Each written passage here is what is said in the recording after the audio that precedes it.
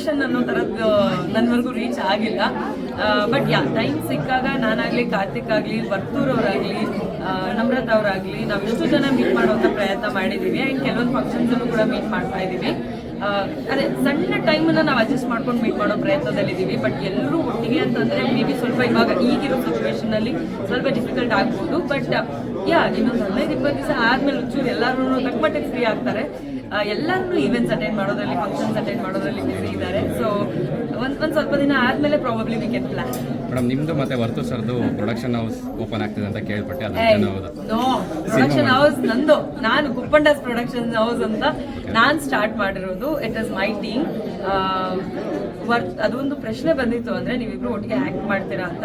So ಬೇರೆ ಎಲ್ಲೋ ಯಾಕೆ, ನಮ್ಮದೇ ಪ್ರೊಡಕ್ಷನ್ ಹೌಸ್ ಇದೆ, ಸೊ ನಾವು ಇದರಲ್ಲೇ ಆ್ಯಕ್ಟ್ ಮಾಡೋ ಪ್ರಯತ್ನ ಮಾಡ್ಬೋದು. ಇಫ್ ಅಟ್ ಆಲ್ ವರ್ತೂರ್ ಅವ್ರು ಫ್ರೀ ಇದ್ದು ಅವರು ಆ್ಯಕ್ಟ್ ಮಾಡೋದಕ್ಕೆ ಒಪ್ಕೊಂಡ್ರೆ ಅನ್ನೋ ವಿಚಾರನ ನಾನು ಹೇಳ್ಕೊಂಡಿದ್ದೆ. ಪ್ರಾಬ್ಲಿ ಏನೋ ರಾಂಗ್ ಕನ್ವೆ ಆಗಿರಬೇಕು. ಕುಪ್ಪಂಡಾಸ್ ಪ್ರೊಡಕ್ಷನ್ ಹೌಸ್ ಬಂದು ನಂದು. ನಾನು ಪ್ಲಾನ್ ಮಾಡ್ತಾ ಇರೋದು ಸಣ್ಣ ಪುಟ್ಟ ಯಾವುದಾದ್ರೂ ಒಂದು ಸೀರೀಸ್ ಇರ್ಬೋದು ಅಥವಾ ಆಲ್ಬಮ್ ಸಾಂಗ್ಸ್ ಇರ್ಬೋದು, ಇದರಿಂದ ಶುರು ಮಾಡಬೇಕು ಅಂತ ನಾನು ಅಂದ್ಕೊಂಡಿದ್ದೀನಿ. ಒಳ್ಳೆ ಪ್ರಾಡಕ್ಟ್ಸ್ನ ಜನರಿಗೆ ರೀಚ್ ಮಾಡಿಸೋದು ನನ್ನ ಉದ್ದೇಶ. Thank you so much. Thanks all for coming.